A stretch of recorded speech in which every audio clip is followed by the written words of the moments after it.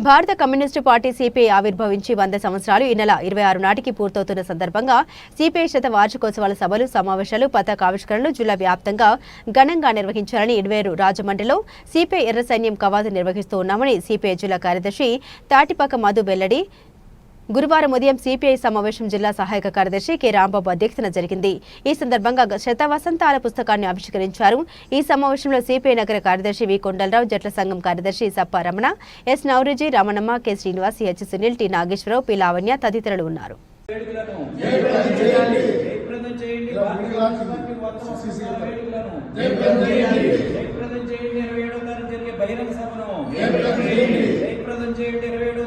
భారత communist party red కవాతును red సైన్యం కవాతును భారత కమ్యూనిస్ట్ పార్టీ 100 వసంతాల వేడుకలను సిపిఐ ఏర్పడి డిసెంబర్ 26తో 100 సంవత్సరాలుగా అడుగుపెడుతున్నాం।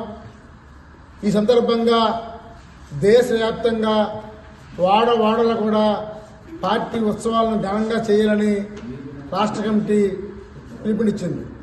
ఇందులో భాగంగా తూర్పుగోదావరి జిల్లా రాజమండ్రి కేంద్రంగా ఈ నెల 27వ తేదీన రాజమండ్రిలో సిపిఐ ఎర్ర సైన్యం కవాతు నిర్వహిస్తున్నాం।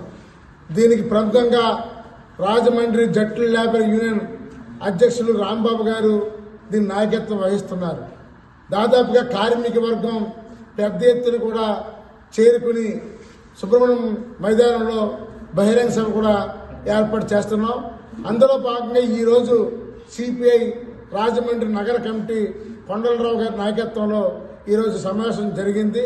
ఈ సమావేశం నిర్ణయం ఏంటంటే ఈ రాజమండ్రిలో ఉన్న విద్యార్థులు, యువజనులు, కార్మికులు, మహిళలు అన్ని వర్గాల వారు కూడా 27వ తేదీ శుక్రవారం మధ్యాహ్నం 2 గంటలకు సిపిఐ కార్యాలయానికి చేరుకోవాలని కోరుతున్నాం। అక్కడి నుంచి ర్యాలీగా సుబ్రహ్మణ్య మైదానం వద్ద భారీ బహిరంగ సభ ఏర్పరుస్తున్నాం।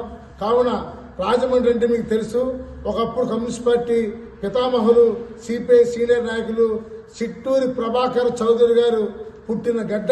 ఇక్కడ 2 సార్లు ఎమ్మెల్యే గెలిచారు। ఆయన ఏర్పడిన జట్ల సంఘం ఈరోజు కీలక క్రియాశీల పాత్ర పోషిస్తుంది। కాబట్టి ఈ రాజమండ్రి ఉన్న ప్రముఖులందరూ కూడా ఈ కార్యక్రమాన్ని విజయవంతం చేయాలని కోరుతున్నాం।